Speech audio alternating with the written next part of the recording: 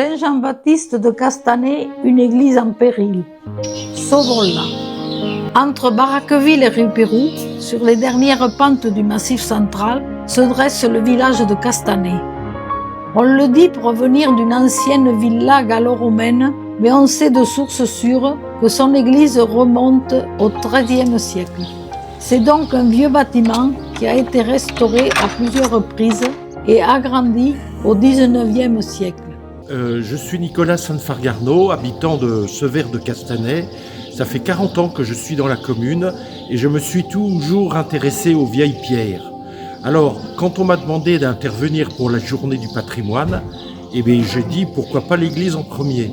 Donc je me suis aperçu qu'il n'y avait pas d'historique, qu'on ne savait pas grand-chose sur elle.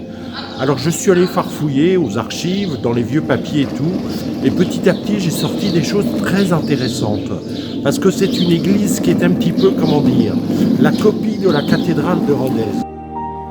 Aujourd'hui, des fissures sont apparues sur ces murs latéraux et une intervention s'avère nécessaire.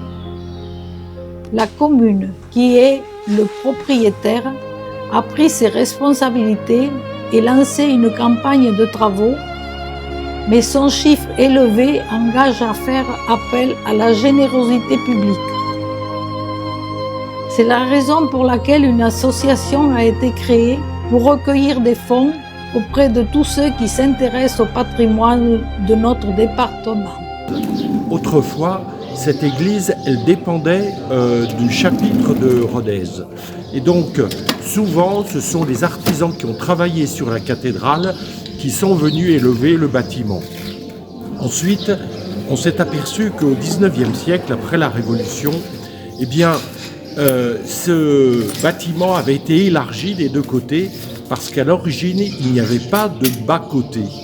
Et ça permettait de faire rentrer plus de paroissiens pour assister aux offices. Et à ce moment-là, l'évêque de Rodez avait demandé à ce que l'église soit décorée.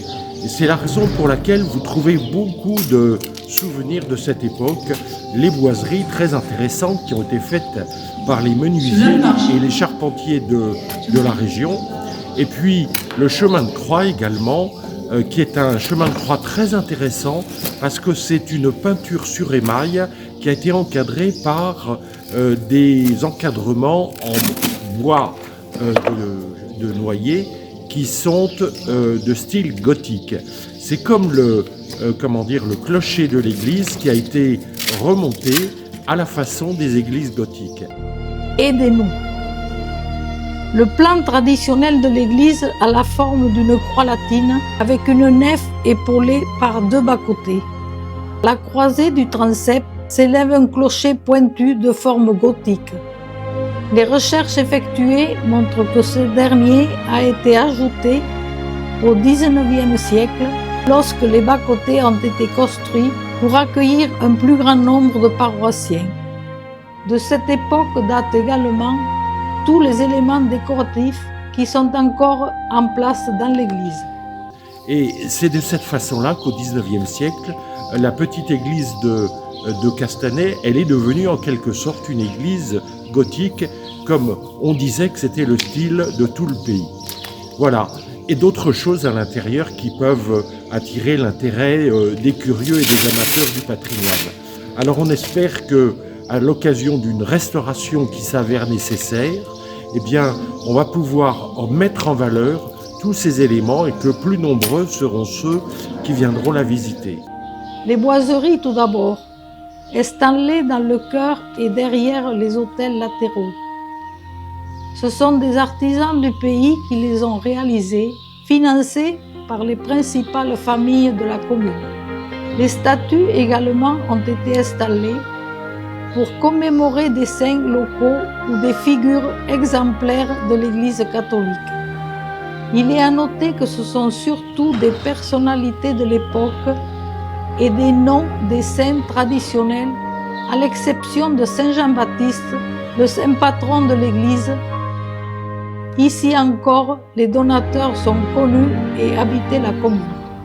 L'élément le plus original de l'église est son chemin de croix, composé de peintures sur émail.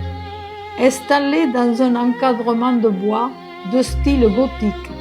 Les compositions viennent d'une maison parisienne, tandis que les boiseries ont été faites sur place et, comme les autres éléments du décor, financés par des dons caritables. Enfin, un ensemble de vitraux ont été mis en place au XXe siècle.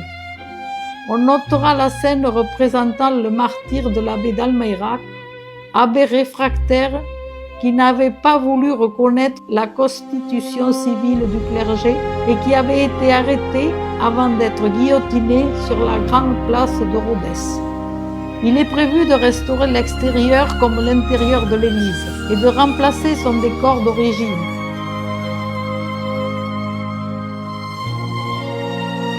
Comme autrefois, que chacun se mobilise et vienne nous aider à conduire ce chantier jusqu'à son achèvement. Nous avons besoin de vous. Le patrimoine de notre commune ne peut survivre sans votre contribution. Soyez généreux et montrez que ce que nos anciens ont fait, nous pouvons aussi le réaliser.